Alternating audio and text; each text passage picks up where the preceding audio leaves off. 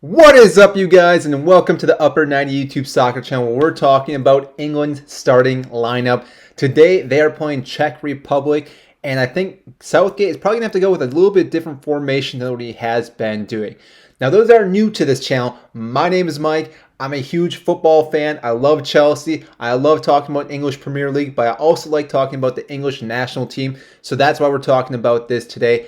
Now, with the starting lineup, I have some similar things that Southgate's been running, but I actually changed up the formation just slightly because Southgate has been doing a 4-3-3. While this is very similar to that, I still think he's probably going to be a little more defensively because if he gets that draw, obviously England are still advancing no matter what.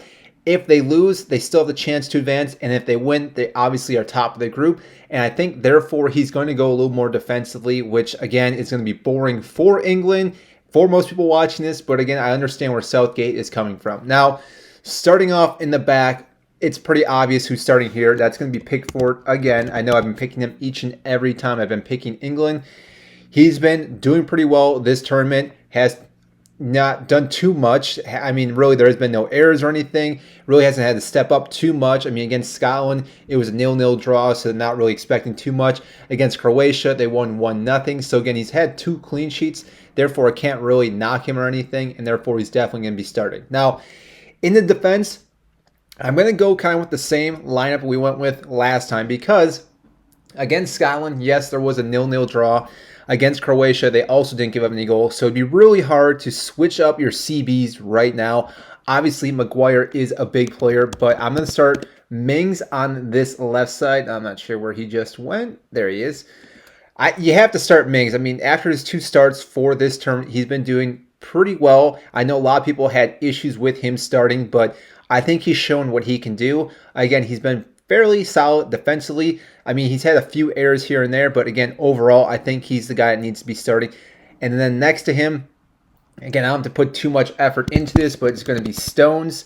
I think Stones, again, has been doing fairly well this tournament. These two pairing have been doing pretty okay for the most part. Obviously, nothing too crazy, too hectic, but again, there's been no flaws between these two, and I don't really see that happening against the Czech Republic. Now, on the left, I know Trippier started that first game. I'm still confused why that happened, but I see Luke Shaw starting as a left back. Now, if you saw in the news, Chilwell will not be able to play in this match. He has to self-isolate along with Mason Mount. Because of that, there's really no question Luke Shaw has to be the starting left back for this game. I can't see Trippier starting in the spot again. I still don't know what's going on in Southgate's head when he started Trippier on that left side, but again, he's going to be starting on that left. And then on the right side, it is a little bit trickier because, again, you have Walker, you have Trippier, you have Reece James. And Reece James, not that he did a bad game against Scotland, but he didn't really show too much. And I think that was his game to really step up and show what he's worth. So actually, I'm going to think Walker is going to start this game. Now, obviously, Trippier could be the other option. Again, he hasn't played that much either. He did okay against Croatia in that first game, but again, he was on the left side. But I think Walker's going to start here just because, again, with the chemistry between the 2 Manchester City players, I think Southgate is going to go with that.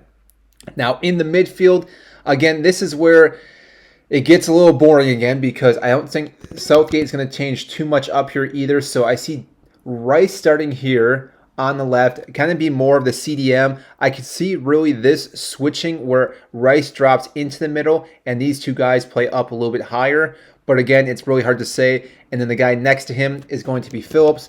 Same thing. He's been having a fairly solid tournament so far. I can't really knock him. Yes, Henderson may be okay to play today, but again, I think Southgate's going to save him for the knockout stages. There's really no reason to kind of push him today and really try to maybe cause an injury to this player, give him some more rest. And obviously, these 2 younger players are capable of holding the midfield for this team, and therefore I think they are going to start.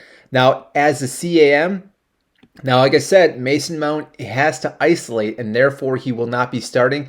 This is actually where I'm going to see Phil Foden, which I know may come as a surprise to some people, but he has played in this position for Manchester City. He has the skill set to be here, the capability of making those passes, and I think he has the ability to get by and dribble past the defense by going right down the middle, and therefore I think that's going to cause the defenders to kind of close in on him, leaving the open space on the sides, which is where we're going to see Jack Grealish finally get his start on the left side, because people have been shouting about him starting, and he definitely needs to start. Now, again, with Phil Foden here in the middle, that is going to create a lot of space on that left side for Jack Grealish to not only dribble into, receive some passes, make some crosses, do all the things that Jack Grealish can do.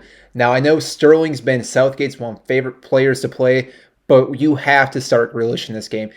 Sterling has been par average for the most part of this tournament. Yes, he scored, but overall, I haven't seen him do much, and I think Grealish definitely deserves the starting role on that left side. Now, on the right side then, we're going to go with the guy who hasn't started yet or even played, and that is Jadon Sancho from Dortmund. Now, this guy, I still don't understand why he hasn't been playing at all in this tournament. It's mind-boggling how phenomenal this player is. Just looking at how much he contributes to goals with goals and assists, he's one of the top wingers, not only in the Bundesliga, but in the world. And for some reason, he's not starting in this tournament, which, again, I'm not sure what Southgate is doing. But because of him starting again on this wing, yes, he can play on the left side, but I think he's going to start on the right just because Jack Grealish is going to be on the left side.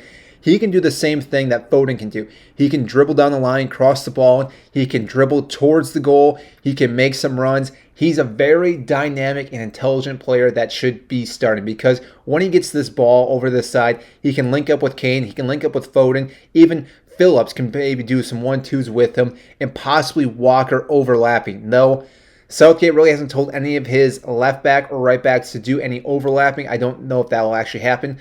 But again, Sancho is a very intelligent player that he can do a lot with and without the ball, which I think is going to cause a lot of issues for the Czech Republic. Because think about Phil Foden, Jack Grealish, and Sancho coming at you all at once. It's going to be very hard to know who to mark up, who to watch for, and see who really is a threat. And then up top, again, I'm going to go with Harry Kane. I know he hasn't been doing very well, but again, he hasn't been receiving any decent balls in the box either. And therefore, I think with Grealish, with Sancho, those are two players, and even Phil Foden can play him some balls too, to his feet, into the box, make some runs into the box.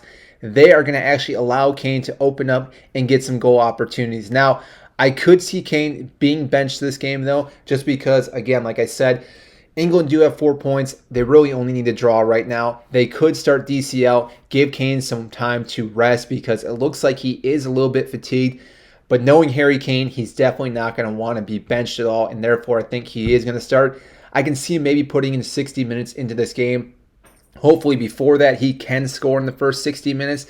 If not, it'll be kind of a knock on his confidence, just because going into the round of 16, not scoring a single goal in the group stage can play a huge role on a striker's mentality, and therefore I think he really needs to score in this game, and hopefully quickly, because again, that can really set the pace for England, for Kane, and for this whole squad. Now again, like I said, DCL could start possibly. I wouldn't be too shocked by that either. He's, again, a forward that can really score, really show up for England. So either or, I think both those players are going to be very solid. Now, like I said, I think this is the best starting lineup for England today. Again, we could see Maguire, we could see Henderson, but again, overall, I think he wants to rest those players, wait till the round of 16. That was kind of the main goal when he first came into this tournament, was to bring those players, knowing that he had a solid foundation with all these other players that could step up and take on those roles and allow those players to rest for them. When they came to the knockout stage, they could bring those players on. So that's all I have for you today. Comment down below what you think about this. Who do you think should start? Who do you think should be benched? And again, if you haven't before, make sure to like and subscribe to this YouTube channel. I greatly appreciate that. That means so much to me. Helps grow this YouTube channel. I know you enjoy listening to soccer and football. Again, we talk about the Premier League, Bundesliga, La Liga, Euros, World Cup, anything related to the sport. So that's all I have for you today. We'll see you next time.